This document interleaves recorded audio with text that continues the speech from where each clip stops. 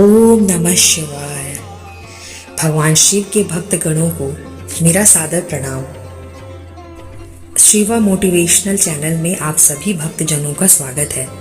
आज इस वीडियो में हम सावन महीने में शिव जी और 3 देवी माताओं की कथा के बारे में चर्चा करेंगे।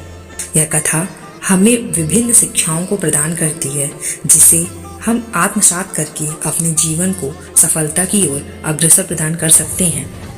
सावन महीना हिंदू पंचांग के अनुसार वर्ष के महीनों में से एक होता है, जिसमें भगवान शिव और 3 देवी माताओं की कथाएं बड़े महत्वपूर्ण रहती हैं।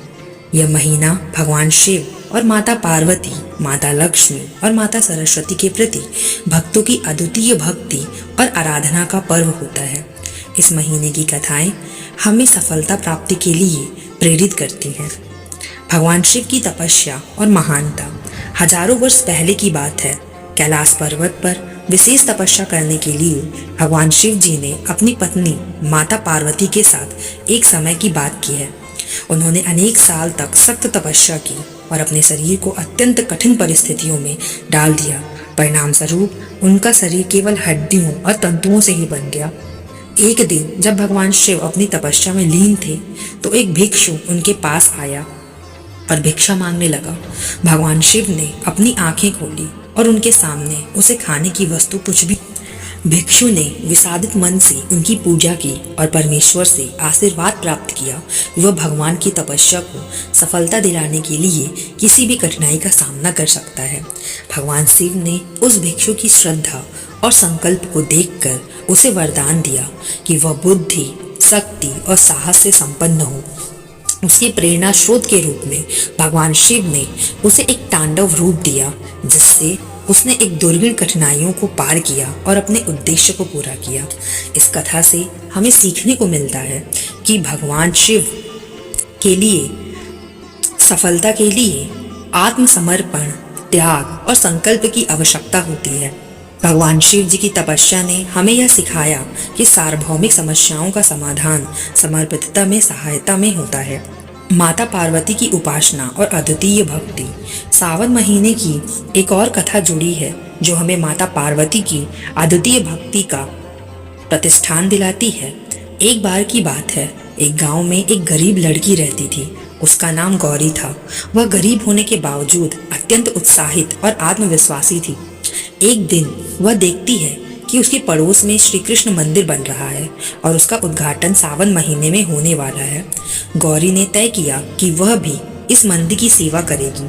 वह रोजाना सुबह सुबह आधी रात जागकर मंदिर की सफाई करने लगती है और उसकी सफाई करने में वह समय समय पर गाने और भजन गाती है।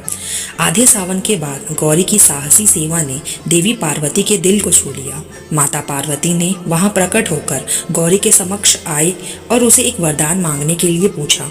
गौरी ने विनती की कि वह केवल उनके चरणों की सेवा करने का अवसर प्राप्त करना चाहती है और किसी भी प्रकार की आवश्यकताओं की परवाह किए बिना उनकी सेवा करना चाहती है।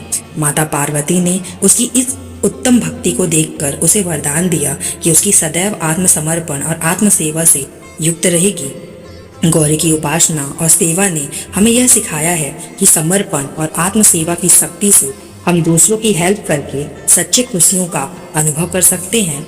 माता लक्ष्मी की कृपा और सागर मंथन।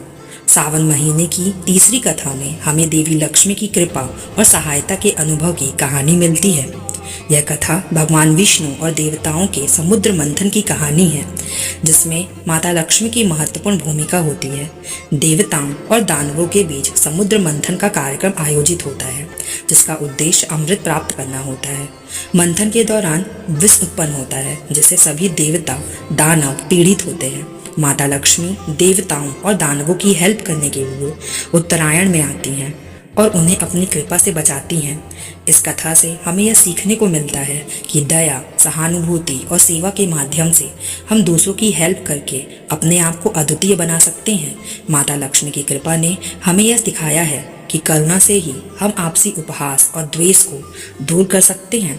सावन महीने में शिव जी और 3 देवी माताओं की कथाएं हमें न केवल धार्मिक महत्व सिखाती हैं, बल्कि हमें इन उदाहरणों से अपने जीवन में सफलता प्राप्त करने के लिए मूल मूल्यों और गुणों को सिखाती है।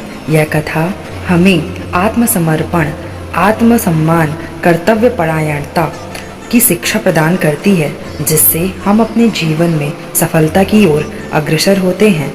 हर हर महादेव।